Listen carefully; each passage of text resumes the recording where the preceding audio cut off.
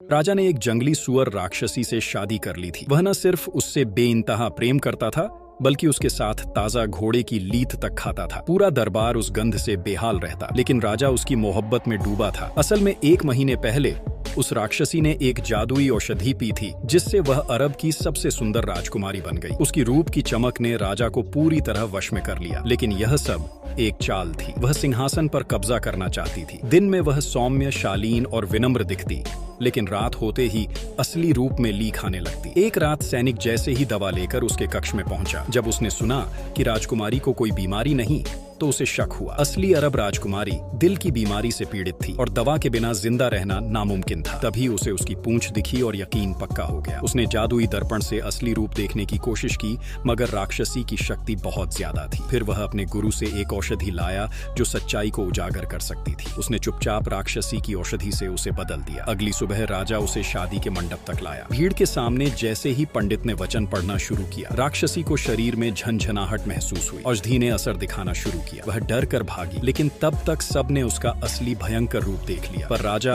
अभी भी उसके प्रेम में पागल था, क्योंकि उसके गले में सच्चे प्रेम की माला थी जो उसे मोह के बंधन में बांध चुकी थी। राजा की आंखों में फिर भी प्यार ही था। उसे छुड़ाने के लिए किसी प्राचीन ड्रैगन के पास गया। ड्रैगन ने कहा, श्राप तभी टूटेगा जब राजा खुद पछतावे के आंसू बहाएगा, और यह सिर्फ उसके बेटे से हो सकता है। बेटे ने झूठी मौत का नाटक किया। राजा रो रो कर टूट गया। तभी राक्षसी उसे सांत्वना देने पहुंची, और जैसे ही राजा ने उसका असली चेहरा देखा, उसका दिल चिल्ला उठा। वह खुद को धिक्कारने लगा। याद आया कि उसने किसके साथ कितनी ली खाई थी। क्रोध में राजा ने राक्षसी को मार डालने का आदेश दिया, लेकिन राक्षसी और उसके अनुचर सैनिकों से कहीं ज्यादा ताकतवर थे। तभी बेटे की औषधि का असर खत्म हुआ।